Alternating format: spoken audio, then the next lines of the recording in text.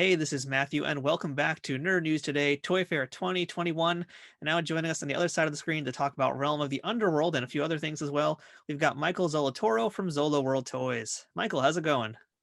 Good. How are you doing? I'm doing all right. So we have a lot to talk about, and the Realm of the Underworld is a toy line that I've seen around for quite some time. I know it's got a pretty rich history to it. I've got a lot of questions about it, but first things first, I wanted to ask, what was your favorite toy growing up as a kid?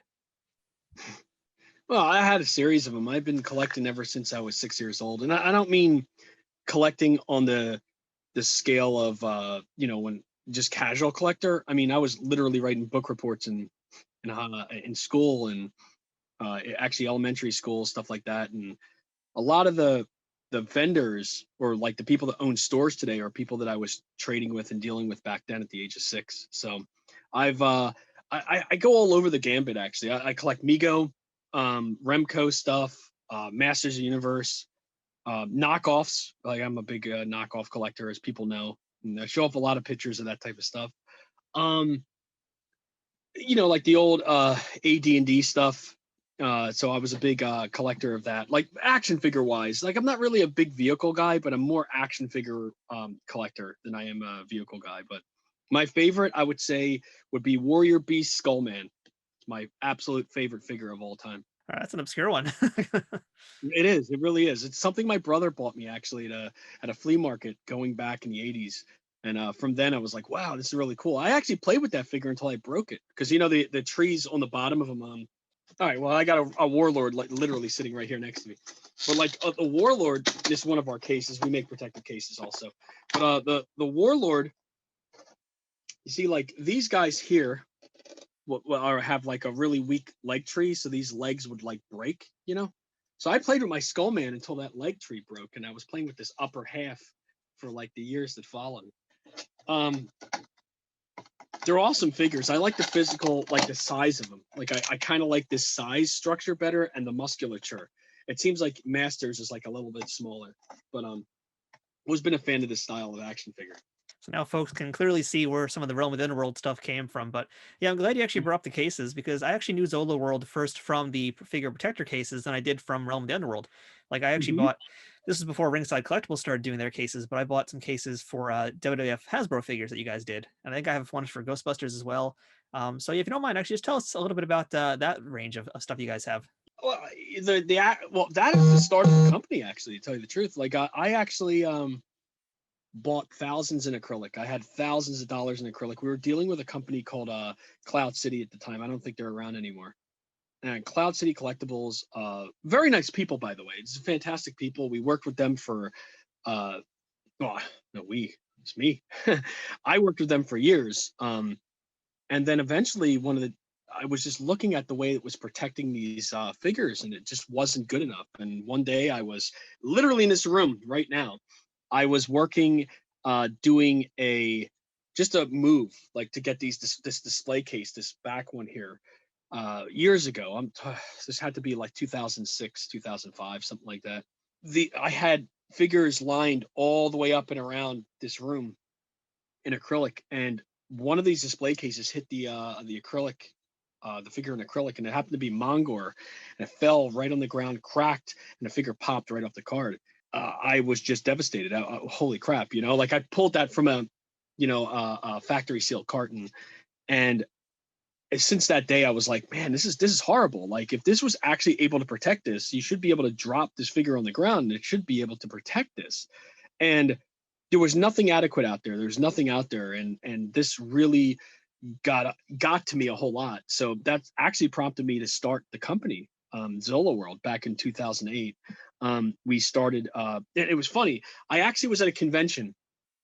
Tangent real quick, but I was at a convention that we have locally here called Chiller Theater, and at the time, I remember, we stayed at the hotel, and I had a dream that I was making protective cases and making and doing conventions of all things.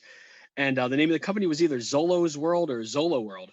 So when I woke up from that dream, I was like cold sweat, like, oh my God, like, is this real? It literally And came to you in a dream.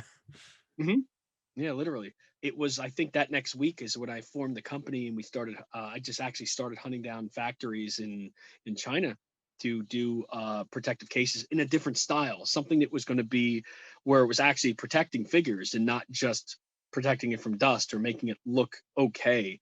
And I'm just glad it exists. I mean, I got a friend who had a whole bunch of WWF Hasbro figures in Mhm. package, and one day he had a leak in his closet where he was storing them all, and they were not protected at all. So he lost like 20 figures. They're now mint to loose, but just lost so much value when that happened. So anybody out there who's collecting mint on card, consider getting case protectors like Zolo World makes.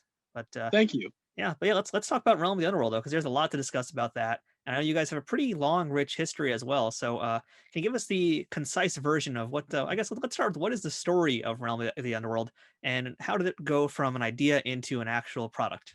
Realm of the Underworld was a concept that I had as a kid when I used to play with my toys.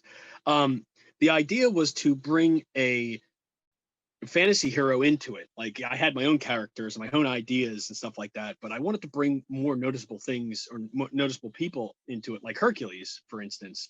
Um, you could tell any story you want, but if it's not associatable to anybody, they're not going to care. Like it's going to be like, oh, well, that's cool, but what is it? Is it a video game? Like, and I've gotten that a lot. Um, so the conceptual idea was that there's this chaos that is happening on the planet, and Hades, the god of the underworld, has just basically opened up several gates to the overworld to wreak havoc. And as these gates open up, the aura from the underworld is actually, uh, yeah, the aura from the underworld actually comes up through these gates and animates the dead. So you're able to have pretty much any type of creature that you would see in Greek mythology, like I don't know, like Medusa or uh, skeletons, animated skeletons, stuff like that, is able to, this aura animates all that and is able to allow the dead to walk on the mortal plane. Zeus gives Hercules basically tells him, look, there's a issue that's happening right now. You have to in a vision, obviously. It's like like how they do it in Greek mythology, where he has this like vision or dream that he has to stop this chaos from happening. So he takes up his he takes up his arms and he sets out for what is called the Sword of Heroes. And Sword of Heroes is the weapon that is able to free the mighty Cyclops. So the idea is there's these these large beasts, right? These warriors that fight on the side of good, but they're entrapped in the underworld. And Hercules has to go to the underworld to release these giant beasts. In doing that, and again, there's a lot of side stories here, so it's very difficult for me to like pin a specific story, but I'm just giving you like a really very fast abridged version. It sounds really crazy. But the main character is not even Hercules. The main character is Crisis. It's our it was a warrior who died in battle, and he died protecting a village that he lived. And in doing so, he was transported to the underworld. And when Hercules, and I'm fast forwarding now because I'm like trying to go back and forth, but when Hercules actually gets that sword of heroes and he finds it, there's a whole story with it. You have to read the mini comics, but when he finds that sword, he then travels to the underworld to free the Cyclops. And in doing so, he actually gets captured. And the person who saves him is, in fact, spoiler, Crisis. Crisis frees him from the chains, and he's like an undead barbarian, like a zombie barbarian. And the story just flows with those two characters, and they meet up with other characters. One of them is Ulysses. He's a blind bow hunter, and his arrows are guided by divinity. So he would be able to pull back his bow and strike an arrow, and the gods actually point to where that hits. So he can, with one single arrow, he can hit all the enemies that he wants with it. But there's different characters in the story that make it like really exciting. I don't want to. I'm giving like I don't want to ruin the story for a lot of people, so I want people to actually be able to read it. But just giving you the idea, it's a big web. The whole thing is a big web of information, and it all goes and keeps expanding and expanding until you reach a character named Grim the Executioner. So Grim he's timeless. He's a timeless character, and he can travel the timeline. and there is characters that actually appear later in the story and earlier in the story. So he's one of those that actually is one of the original characters that you don't see until Wave 3 of Realm of the Underworld. You see Acromancer in Wave 1 and Wave 2. You see Crisis in Wave 2. You see Hercules in Wave 1. And then Grim appears in Wave 3. Grim will come back in Wave 4, along with a whole bunch of new dudes. Wave 3 was released in 2017. And the series started in 2012. And we've just continuously been expanding. We just releasing or ready to release what is called the Flexzors right now. They're bendable action figures. Yeah, I definitely want to talk about those Flexzors, but I want to spend a little bit more time about the Realm of the Underworld toys themselves first, because it's cool as you mentioned about how you like those Remco figures, and these very much are in that style of those Remco style figures. And I know you've got a few in hand with you, in fact. So can you kind of show us a few of the Realm of the Underworld figures that you've got in hand, and kind of talk to us about the interchangeability also, because that's a feature we didn't really mention yet, is that all these figures have interchangeable articulation. Yeah. This is one of the concepts that we actually started with a little while ago. We wanted to make sure that we had this. So the idea is to, that was it since the very beginning. Every figure that I produced, I wanted to make sure that they were interchangeable with each other. So no matter where we go going forward, either it be the bendable figures or whatever, they're going to have some bit of interchangeability that's going to work in between each other. So this is one of the main bad guys. Now, what's crazy that I never would have anticipated is the line taking off as crazy as it did. But what's neat is this particular character right here. This is a Wave 1 Acromancer. And at the time we had Paulo Gomez do the art. So it's definitely different than our style that we see today. So I'm a big fan of art. So I like to see like different styles of artwork put into the series that kind of like pushes that. So when people see it, they can associate with the logo and then look at the different styles of artwork that's actually on the card and go, wow, this is actually really neat. But yeah, so here is a carded example. Now I'm trying to see if I have any, well, I don't want to, I have some of the newer figures here, but I don't have any of the other older stuff. Oh, actually, I do. Never mind. I do. Okay, I could show it off with this guy. I didn't realize he's sitting right here. Again, it's my folks' house, so it's one of those. So but yeah, so he's Series 1 Acromancer, and like the cards, I want it to be very reminiscent of the old style cards from the 80s. So when you were to look at this, it's be like, whoa, when was that made? When was this made?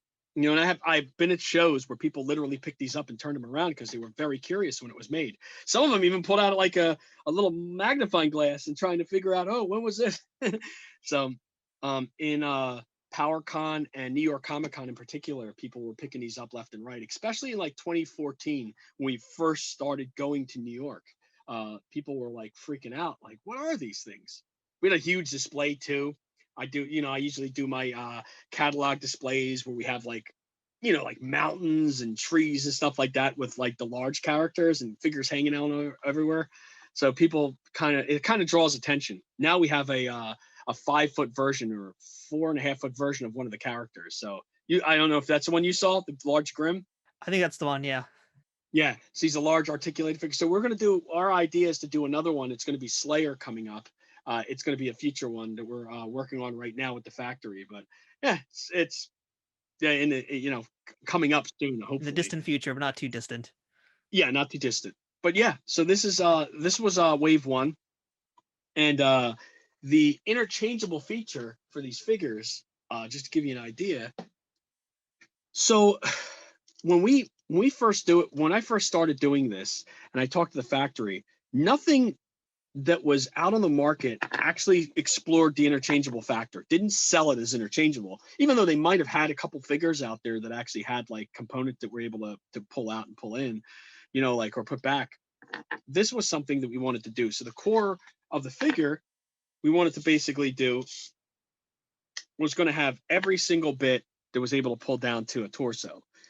And being able to do it this way allowed for a lot of really neat things, and especially for slime drones, because you can change at will what type of figure you're doing, and especially for customizers that didn't really want to paint much stuff, but looked at other stuff that we have and be like, wow, this would be really neat if this guy had this or whatever, and they just added like little elements and stuff to the figures. But here's the core. Each figure uses 5 different types of plastic. We have vinyl squishy heads, like the old 1980s figures, okay? They have a reinforced core, which is what is called POM, is a type of material that we use for this. Okay, and this is our standard ABS plastic torso, and the torso is actually going to be a harder plastic, and then the limbs here are PVC. So it's just like the old Smurf toys, if you can remember back from the 80s, except it's a very much harder PVC. So it feels very, very much like the idea was to be able to have the feel exactly like the original from the 1980s. Like that was kind of the idea, is if we can mimic that and embrace that in such a way where when someone picks this figure up, they're going to go, dude, I know what this is. I know what you're doing.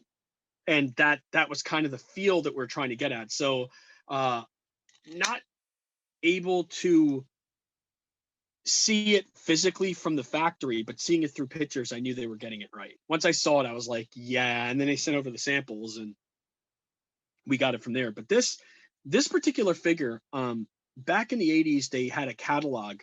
Remco had a catalog, and this is one of the figures from the catalog that was never produced. So we wanted to produce this toy looking like the catalog figure. And I think this actually sold out, but a lot of people went crazy to get these because they were shocked that it was going to happen. And a lot of times you usually see things and it doesn't happen, and that's the idea, is like to be able to get it out there and to do it. So that was it there. And this is the Jewel Smuggler from Wave 3. He does come with a piece of armor and he has a an accessory with him, but yeah, these are definitely fun. Yeah, I like the translucent ones a lot, especially you mentioned the slime ones. I'm really into transparent figures like that, so that's like such a cool looking toy. And I like that your line has a lot of throwbacks also to those classic 80s toys from Masters Universe, the Remco lines that we mentioned before. Yeah. It's really cool stuff there. So now I know you've got some new stuff coming out as well this year.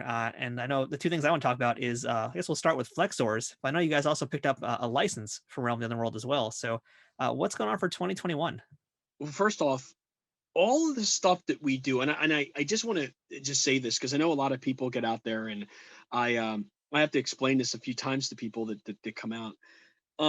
We actually have repurposed this musculature, and we own this musculature, right? So whatever we do with this is kind of like licensed out from us. So whenever we work with things, it's like, because I know I've had a person just recently that I had to just contact and say, look, it's not. A lot of people don't understand that. They think that we're just doing production and that's it, but this is actually owned by Zolo World. Each thing that we're doing, we're using in commerce, and because of that, the type of advertising that we're doing out there and the recognition of this particular body, people know as being, oh, that's a Zolo, that's Zolo World that's doing it, of course. So people ride that and they'll do stuff in resin or whatever the case is. But the fact of the matter is that like you're kind of not supposed to. And the reason for it is because these are protected items through the United States Trademark and Patent Office and the Copyright Office in the United States. So we've went through all those issues to do this because of the monetary investment that we have in this. With that being said, and I don't do this because of money. I'm just going to say that right now. This has never been a money thing. It's become a passion thing for me. Is I absolutely love doing this and seeing the values and the people coming in that actually support this. I do that for them. Like I actually do that and protect these things for everybody else that collects these, because there is a real value to each one of these figures, and you could see that real value throughout, online. I mean, you could see that on any of our auctions that we do, or any of the online places like eBay or anywhere else that's actually selling these, and our affiliates as well. With that being said, Warrior Beasts, we actually re-trademarked also. So Zolo World owns the Warrior Beasts and Pirates of the Galaxies, the very old 80s line. So if you see that, that is an own thing from what we do. And I'm not just saying this just to try to just be like, oh yeah, we own this and that. It's just kind of getting it out there to let people understand that there is a value in all this. Okay. So when you actually do collect this, it's protected. There's not going to be someone coming out of left field copying these things and selling them somewhere else to destroy the value of what we're doing. We actually have attorneys that fight that. So that's the whole thing there. Secondly, that's another reason why we're able to get licenses to be able to do things like this. So even though we own licenses ourselves through those lines, we wanted to branch out and actually license out figures based on other people's stuff, other people's properties. here is the upcoming Death Dealer figure that we're doing. I mean, I might as well just bring this one out to show you. Uh, this is a prototype of the actual piece that we're bringing out, but he's going to have like accessories, like we're doing, you know, like the axe that you see here, and this is done by Jonathan Alvis that did the original, like he did all their sculpts for these things here. So we get like commercial art, or like artists that are known to have worked on these particular properties before. So here's the shield, here's a sword that he did. Great with the accessories, and these actually have removable. Yeah, you got these removable, like, well, not the greaves, but the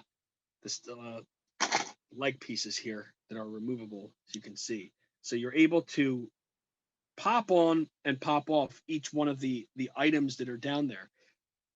It's gonna, again, the material is going to change because this isn't the final, so we're going to be sending the factory an idea for what we're looking at. But there's actually a piece of armor that goes over this as well. That is Death Dealer. I'm hoping I know I'm going like really fast with these, like warp speed. But here's the Flexzors that we're doing now. And I don't know if you have any questions with this, and if you want to cut it up any way you want, and if you need like more information, or we can even do this again, it's absolutely fine. I'm cool with it. But here's the Flexzor figures that we're working on. And the Flexzors, the cool thing about these is that there hasn't been a fantasy bendy in a very long time. There hasn't been a really decent fantasy bend. As a matter of fact, I can't even think if there was since the 80s in Flexitrons. The idea with these was to basically bring back a premise that, you know, you have these characters that you're able to bend and flex and do whatever you want with, but then the heads are removable, and you can interchange these heads with these heads and give you like a really neat figure based off of what you're using per whatever head you're going to put on there. And they're made in specific ways. It's like they're not as hard, not as crazy, but this also uses a few different types of plastic to make this work. This isn't just bendy. There's a core in here that actually makes this head removable. This isn't like a really hard version to this. This is still a squishy head that you can interchange with one of our standard figures. But yeah, you can bend and flex these guys all you want. I mean, it gives you a really neat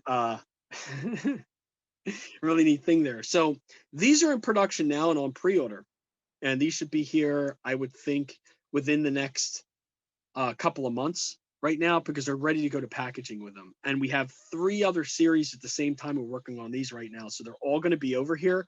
We're only pre-ordering these guys for right now, the first 5, but we have 11ish, I think, that's coming out with these. So, and then of course there's like we have the Slime Drones Wave 2 that we're working on, and Warrior Beasts Wave 3. That's what we're working on right now. And we should mention you guys also have, I believe, is it one more or 2 other Frazetta figures coming out as well, right? Because there's Death Dealer, and then I believe you have 2 other There's characters, 4. right? Yeah, there's 4. There's 4 characters. So we have the subhumans that's basically coming over. It's basically they're called as the flesh eaters based off of his painting. So we're working directly with the museum, and we're doing stuff based off of the paintings of what Frazetta has done. So we have like these flesh eater characters that we have they come with like 5 different heads. I think I got. Let me see what I have here. This is, again, just the proto versions of these, so the legs aren't going to snap on because these are like literally artist sculptures. But these are in tooling right now. Like we're actually having them tooled right now. The factory has a version of these as well. But you could see the legs. These are the legs that are going to be popping on here. This obviously is not, again, the final version, so they're going to look kind of odd on here. But just to give you an idea, it is the legs that are coming onto this figure. I wish I had the finals or the proto final. I mean the test shots from there, but I don't at this point. These are just the prototypes, the conceptual things that we're working with. Okay, so each one of the heads that we have 5 heads that's going to be into this. So we have, here's one, and they're really mean looking guys. There's going to be 2 different colors of these. So there's the 1, there's the 2, here's the second one right there that we were showing here. 3. I don't know if it's blurred or not. I'm trying to like not make it so blurred, but and then you could see the and then the fifth one is in the factory. I don't have a copy of it, but the fifth one is at the factory also that we're working on. But all those guys are going to have 2 different colors. So the museum is going to have a version, and we're going to have a version. The museum's versions are going to be only 100-piece limited editions. They're super, super rare. So when they come out, they're probably going to go as soon as they come out. My assumption is because a lot of people want them. Even with ours, one of the things I'm going to note is that when we release them, I've been talking to a lot of people that want to get them. The issue is that we cannot constrict buyers from preventing them from buying like 30, 40 pieces. So what we're going to do is we're going to limit the sales to like 5 different sales. So we're going to shut off once we get to our sales stuff, it's going to say sold out on the site. But even though it says sold out, we are going to re-release another pre-order after that just to prevent this issue from happening. So I just don't want people to freak out and say, oh, we missed it. We want everybody that wants these to be able to get them. And the only way that we're going to be able to do that is if we really constrict the sale the way that we're going to look. So it's going to be based on addresses to making sure people aren't making ridiculous amount of numbers and stuff like that. Because I've already heard people telling their friends yeah, man, I'm going to get 10 of these. I'm going to sell them online. It's dude, we're trying our hardest not to have that happen, or selling the pre-orders for some ridiculous amount of money or whatever. So because you see that a lot with other stuff, and right now, since the series is already crazy as it is with a lot of the stuff that's sold out, we have people that are coming in literally wanting to get these, so they see a real value in it. That's kind of the problem with collecting in 2020, especially has been that with COVID going on, everybody's trying to make an extra buck, so everybody's flipping and scalping. It's horrible, but I'm glad you guys have some kind of plan for it. I don't see. Here's the thing: is I always, I'm not shunning on anybody, and I'm not trying to say, oh, that's wrong or whatever. It's just that I want to make sure that everybody's taken care of. You know what I mean? At the end of the day, because like I said, if it was about money, I wouldn't care. I'd be like, oh man, just buy all of them. I don't care. I'm not going to care. But I want everybody to get involved. I want people to be able to get these, and that's the idea. Here's the horse for our horse and rider sets that we're doing. So this is already tooled. This is obviously the final version of the actual horse, the steed itself, and obviously it's going to be painted because it's white. But you can see the bones on the saddle. So there's 2 different styles. There's going to be a good horse and a bad horse. We're going to be flocking these. There's going to be translucent versions of these horses that are going to be coming. But that's coming after this next wave. So we're working on the Slayer figure at the same time. So this is a wave 4 Realm of the Underworld piece, but it's going to be called our battle teams that we're doing. So it's based off of the original stuff in the 80s that we're trying to play back onto, but make it look as close as possible to what those figures are. And again, this is not an 80s figure horse, just to give you guys an idea. This goes way, way, way, way, way, way back further than that. But just it works well with the line, and a lot of the things that we do is we pay homages to a lot of the older stuff, and this is definitely one of those things. And we want to work with this horse as best as possible with it. So there's actually painted bones that we have for these. There's going to be painted on bones that we actually showed on the teaser years ago. Because when people saw that, they're like, "Whoa, wait a minute, what? You're actually doing that?" It's yeah, we're doing it. And here's another figure that's coming. This is Slayer's head. Okay. I don't know if you can see that or not. That's the head to our upcoming Wave 4 character. All right. And here's the mask. It's in a test shot for that as well that you could see. But yeah, all this is coming. Like I said, we have a ton of things that we're basically playing up and ready to run into and get out there on the market. It's just that once the factory lets us know and sends us pictures, which should be within the next few days, we're going to be showing it on the website and everything like that. Actually on our fan pages and on the website, if we can actually put it on there. Yeah. Get it on in time, that is. Well, thank you so much for showing us a little bit of what's coming. I know there's a lot more on the way from Zolo World. So just for our folks today who aren't familiar with how to find your products, what's the website? It's well, if you're looking for the cases, it's zoloworld.com, zoloworld.com. And if you're looking for the action figures, it's underworldfigures.com. Underworldfigures.com. And then we run a convention called Zolo Con, and that's going to be taking place in July 16th and 17th in Warminster, Pennsylvania. And that's zolocon.com on that. And it's a toy and comic convention. Plus, we do exclusive Realm of the Underworld stuff, and we have our cases there as well. All right. Well, thank you so much, Michael, for telling us a little bit about the lines, different things you're doing, and especially the cons. And hopefully, if the world is safe enough, I will go out there because I've heard good things about ZoloCon for ages. So Thank I'm you. dying to actually check it out myself.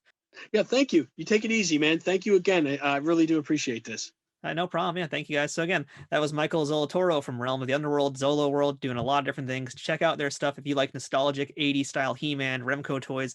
They're the place to go. Stick around though. We got more nerd news today. Toy Fair 2021 coming right up.